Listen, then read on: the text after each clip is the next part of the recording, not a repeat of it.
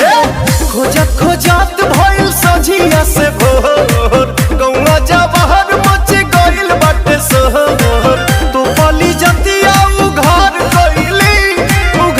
कइली हाँ उघार कइली किया सोहली मेरे यारवा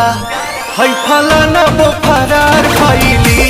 दया सोहली मेरे यारवा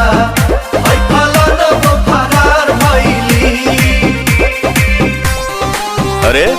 बिकियो का फेरा में रहता है, हो सकता है गौवा का लोगवा खिलाड़ सारा कहता है